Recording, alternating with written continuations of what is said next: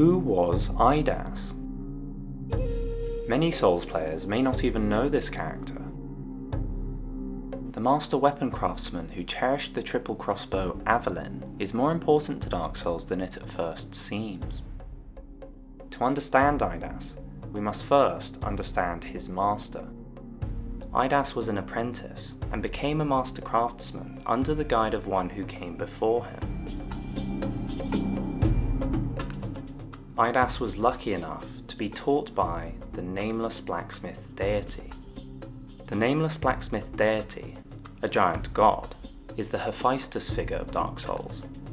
Just like Hephaestus, he was a master blacksmith, stoneworker, and architect.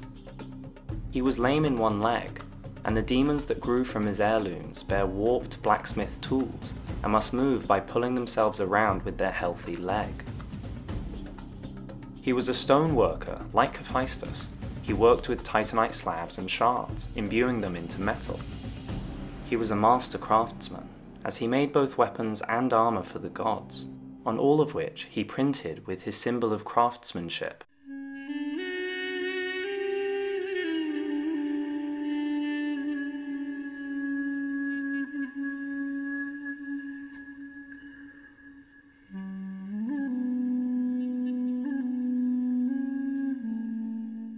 And on his works of architectural genius, with his unique style and symbols stamped and evident in Anno Londo and the archives.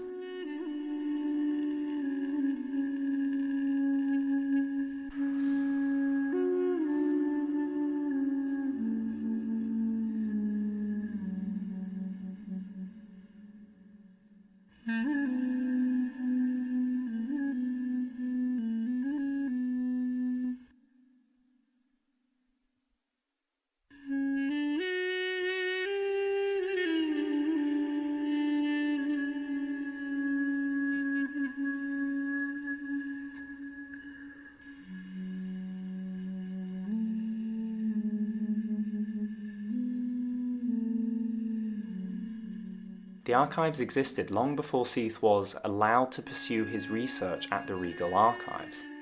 They are regal, as in royal, and Seath is merely a duke. The archives had been standing long before the dragons were challenged.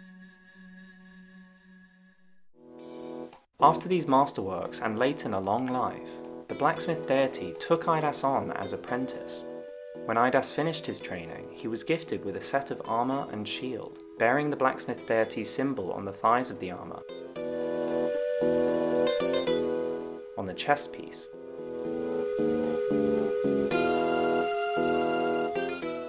and almost totally hidden on the cuffs. This set looks familiar, does it not? We know it as the crystal set. But what did it look like before it was bonded with crystals? And there we see it again. The blacksmith deity's mark of his craft, printed on his shield and now hidden by crystal. So now we know that Eidas is the Crystal Knight. But what of Avalyn? Gifted at the end of training, or perhaps to mark another event? The name Avalyn means longed for child. Perhaps it was a gift on the birth of Eidas's daughter. It is possible they share the same name. If we add it to his set, we see that it matches perfectly in colour, style, and markings. Yet he is missing his cherished Avalyn when we meet him in the archives. Let us return to the past to find out why. During Eidas's prime, he continued his work, no doubt perfecting his craft and keeping to himself, until he played his part in the plot against the gods. Seath stole more treasures than just hydras and clams when he helped thwart the plot. In all likelihood, he abducted Eidas at the same moment the plot against the gods fell apart.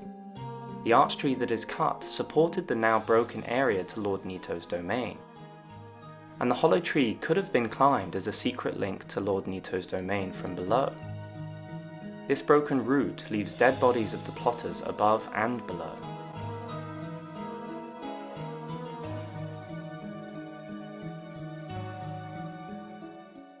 It is here that Eidas's fortune turns darker. Eidas says goodbye to his old life at the same location that the dead body of his old master rests. Seath abducts Eidas for one reason. He needs a weapon craftsman, a master weapon craftsman. Seath has taken the crystal ember as part of his research into crystals. He needs weapons for his foot soldiers and channelers, powerful weapons. Weapons which can even boost those Seath wishes to protect. But Eidas is a rebel and a master craftsman. Both take wills of steel. He will not be enslaved easily. But Seath knows he can break him, with time. First, he takes Avalyn, his cherished weapon that is likely bonded with his soul, and may even remind him of his daughter.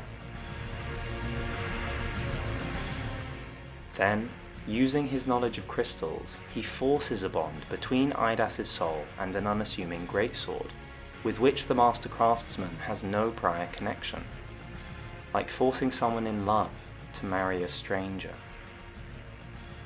He even crystallizes Eidas himself, it seems, like his undead crystal hollows who are mindless slaves. Eidas may even be bonded to the crystal ember. So begins the blurring of Eidas' mind. The crystals link with his soul forges attachments for these new weapons and ember, and perhaps even for the crystals in Seath's lair. In time, Eidas begins to lose his mind and becomes bonded to the archives. Forced to furnish arms for Seath's minions, he works constantly. He produces masterful weapons, such as the tridents of the channelers, pieces of art that are reminiscent of Avalyn, but with a sinister twist in style.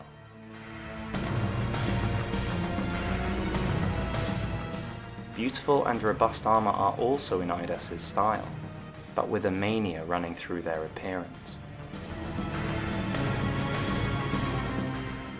And crystal swords and shields are forged for Seath's skeleton soldiers. Slowly, the use of the crystal ember makes such a strong bond with his soul that he is lost. He grows a true addiction for his new crystal craft.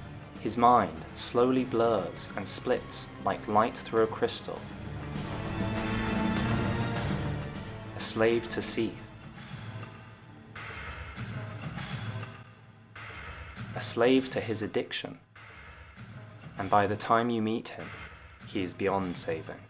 A prisoner, dying to protect his own jailer.